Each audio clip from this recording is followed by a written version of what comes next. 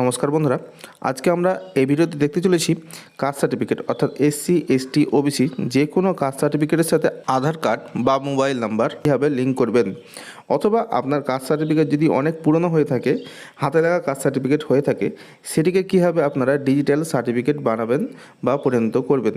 তাছাড়া আপনাদের caste certificate যেটি আপনার কাছে রয়েছে, সেই কাস্ট সার্টিফিকেটের যে লেখাগুলো, সেই লেখাগুলো যদি অস্পষ্ট হয়ে যায়, বোঝা না যায়, সেক্ষেত্রেও কিন্তু আপনারা সেই কাস্ট সার্টিফিকেটটিকে ডিজিটাল কাস্ট সার্টিফিকেট বানাতে পারবেন এবং আপনাদের ইচ্ছে মতো সেই কাস্ট সার্টিফিকেটের ছবি আপলোড করে কাস্ট সার্টিফিকেটে অ্যাটাচ করাতে পারবেন। এই যে সম্পূর্ণ কাজগুলো যেগুলো বললাম, সেগুলো কিন্তু সম্পূর্ণটাই আপনি আপনার বাড়ি বসে কাজটা করতে পারবেন। কোনো রকম বিডিও অফিস বা এসডি অফিস ছুটি আপনাকে করতে হবে না। আপনার মোবাইল বা কম্পিউটারের মাধ্যমে আপনি এই কাজটি করতে পারবেন। তো চলুন আর কথা না বলে দেখে নেওয়া যাক কীভাবে আপনারা এই কাজটি করবেন অনলাইনে। তার আগে বলি, নমস্কার, আমি Prashant Nandi, online guide and information চ্যানেলে আপনাদের সকলকে স্বাগত জানাই। যারা এখনও পর্যন্ত চ্যানেলটিকে সাবস্ক্রাইব করেননি, তারা অতি অবশ্যই চ্যানেলটিকে সাবস্ক্রাইব করে পাশে থাকা বেল আইকনটি প্রেস করে দেবেন। ভিডিওটি ভালো লাগে লাইক করবেন, কমেন্ট করবেন এবং বন্ধুদের সাথে অবশ্যই শেয়ার করে দেবেন। চলুন বন্ধুরা, আর কথা না বলে ভিডিওটি শুরু করা যাক। তো বন্ধুরা, সবার প্রথমে আপনারা কাস্ট সার্টিফিকেটের অফিসিয়াল ওয়েবসাইটে চলে আসবেন, castcertificate.wb.gov.in। এই ওয়েবসাইটের লিঙ্ক আমরা এই ভিডিও ডিসক্রিপশন বক্সে দিয়ে রাখবো। আপনারা চাইলে সেখান থেকে এক ক্লিকে এই ওয়েবসাইটে চলে আসতে পারবেন। তো এখানে দেখুন, প্রথমে আছে হোম, তারপরে এসসি এসটি ওবিসি, এখানে অ্যাপ্লিকেশন ব্যাপারটা রয়েছে, তারপরে ইডব্লিউএস ক্যাটাগরিদের জন্য, তারপরে দেখুন ব্যাকলগ সার্টিফিকেট রয়েছে। এখানে আপনাদের কাজ আছে এই ব্যাকলগ সার্টিফিকেট। এখানে কাজটাতে নিয়ে গেলে আপনাদের তিনটি অপশান শো করবে। প্রথমে যে অপশানটি পাবেন, apply for digitise certificate for SC ST OBC, এখানে আপনারা ক্লিক করে দেবেন। এখানে ক্লিক করলে আপনার সামনে একটি ফর্ম ওপেন হয়ে যাবে। এখানে দেখুন ম্যানুয়াল কাস্ট সার্টিফিকেট নাম্বার, অর্থাৎ যে আপনার কাস্ট সার্টিফিকেট রয়েছে আপনার কাছে, সেই কাস্ট সার্টিফিকেটের যে একটা নাম্বার রয়েছে, সেই নাম্বারটা আপনাকে এখানে দিতে হবে। তারপরে দেখুন কাস্ট সার্টিফিকেটটা ইস্যু ডেট, কত তারিখে ইস্যু হয়েছে সেটাও আপনার কাস্ট সার্টিফিকেটেই থাকবে। সেটা দেখে আপনাকে এখানে ডেটটা আপনাকে দিয়ে দিতে হবে। তারপরে এখানে সার্টিফিকেট ইস্যু অথরিটি, অর্থাৎ কোন অথরিটি আপনার সার্টিফিকেটটি ইস্যু করেছে, এসডি অফিস থেকে না বিডিও অফিস থেকে, আপনার সার্টিফিকেটই লেখা থাকবে ইস্যু অথরিটির নামটি। তো আপনারা সেটি দেখে এখানে আপনারা লিখে দেবেন। তারপরে এখানে কাস্ট, অর্থাৎ এসসি এসটি ওবিসি কোন কাস্ট আপনারা, সেটা আপনার এখান থেকে সিলেক্ট করতে হবে। তারপরে এখানে সাবকাস্ট, এখানে সাবকাস্ট আপনার যে কাস্ট সার্টিফিকেটই রয়েছে, সেই কাস্ট সার্টিফিকেটে আপনার সাবকাস্টটি লেখা থাকবে, সেটি দেখে আপনারা এখানে এন্ট্রি করে দেবেন।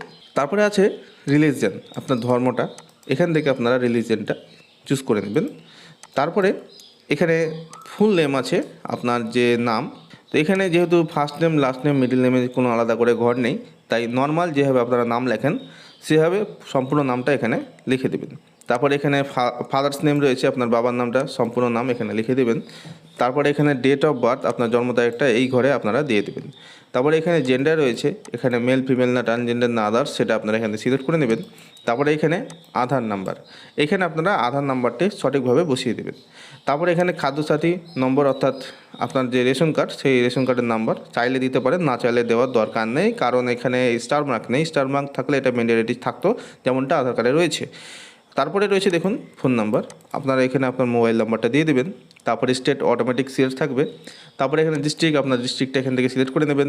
তারপরে এখানে সাবডিভিশনটা আপনাকে সিলেক্ট করতে হবে। তারপরে পুলিশ স্টেশন, সেটাও আপনাকে সিলেক্ট করতে হবে ড্রপ ডাউন থেকে। তারপরে এখানে পোস্ট অফিস, এখানে পোস্ট অফিসের নামটা আপনারা ম্যানুয়ালি দিয়ে দেবেন। তারপরে আপনাদের ব্লক না মিউনিসিপ্যালিটি এরিয়া, সেটা আপনাকে এখান থেকে সিলেক্ট করতে হবে। তো আপনাদের যেটা হবে সেটা সিলেক্ট করে দেবেন। তারপরে কোন ব্লক বা কোন মিউনিসিপ্যালিটির মধ্যে আপনারা পড়ছেন, সেটা এই ড্রপ ডাউন থেকে আপনারা সিলেক্ট করে নেবেন। তারপরে জিপি বা ওয়ার্ড যেটা হবে আপনাদের, সেটা আপনারা এই ড্রপ ডাউন থেকে সিলেক্ট করে নেবেন।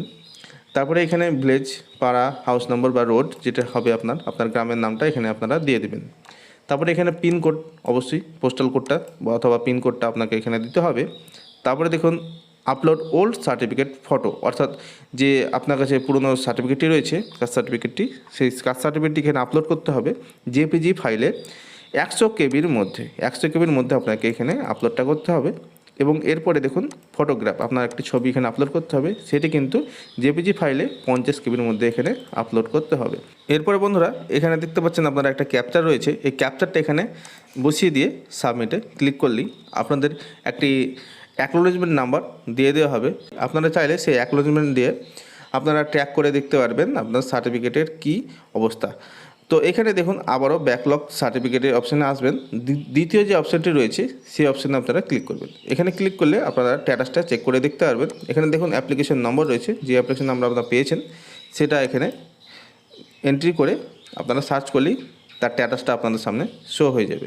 তাছাড়া তারপরের শেষের অংশ দেখুন edit application for digitalization certificate, এখানে ক্লিক করলে অ্যাপ্লিকেশন যে নাম্বারটা আপনারা পেয়েছেন, যদি আপনাদের কোনো কারণবশত ভুল এন্ট্রি আপনারা করে ফেলেন সেক্ষেত্রে আপনারা এডিটের অপশন পাবেন। তো এখানে অ্যাপ্লিকেশন নাম্বার আপনাকে দিতে হবে এবং ডেট অফ বার্থ জন্ম তারিখটা দিলে সার্চ করলেই আপনাদের এডিটেড যে পেজটি আপনাদের সামনে শো হয়ে যাবে, তখন আপনারা সেটি এডিট করতে পারবেন। তো বন্ধুরা, এভাবে আপনারা আপনার পুরনো কাস্ট সার্টিফিকেটটিকে ডিজিটাল কাস্ট সার্টিফিকেট পরিণত করতে পারবেন এবং সাথে ফটোগ্রাফও আপলোড করে সেই ফটো অ্যাটাচ করতে পারবেন, সঙ্গে আধার নাম্বার এবং মোবাইল নাম্বারও লিঙ্ক করাতে পারবেন। যখন আপনারা অনলাইন অ্যাপ্লিকেশন করতে যাবেন অনেক সময় সার্ভারের প্রবলেম থাকতে পারে, তখন কিন্তু আপনারা কিছুক্ষণ পরে ট্রাই করবেন, দেখবেন সার্ভার ক্লিয়ার হয়ে গেলে আপনারা কাজটি অনায়াসেই করতে পারবেন। তো বন্ধুরা, এই ছিল আজকের ভিডিওটি যদি আপনাদের ভালো লেগে থাকে তাহলে অবশ্যই একটি লাইক করবেন, কমেন্ট করবেন এবং বন্ধুদের সাথে অবশ্যই শেয়ার করে দেবেন। আর চ্যানেল নতুন দর্শক বন্ধু হয়ে থাকলে চ্যানেলটিকে অবশ্যই সাবস্ক্রাইব করে পাশে থাকা বেল আইকনটি প্রেস করে দেবেন। তো বন্ধুরা, দেখা হচ্ছে নেক্সট ভিডিওতে, ততক্ষণের জন্য নমস্কার।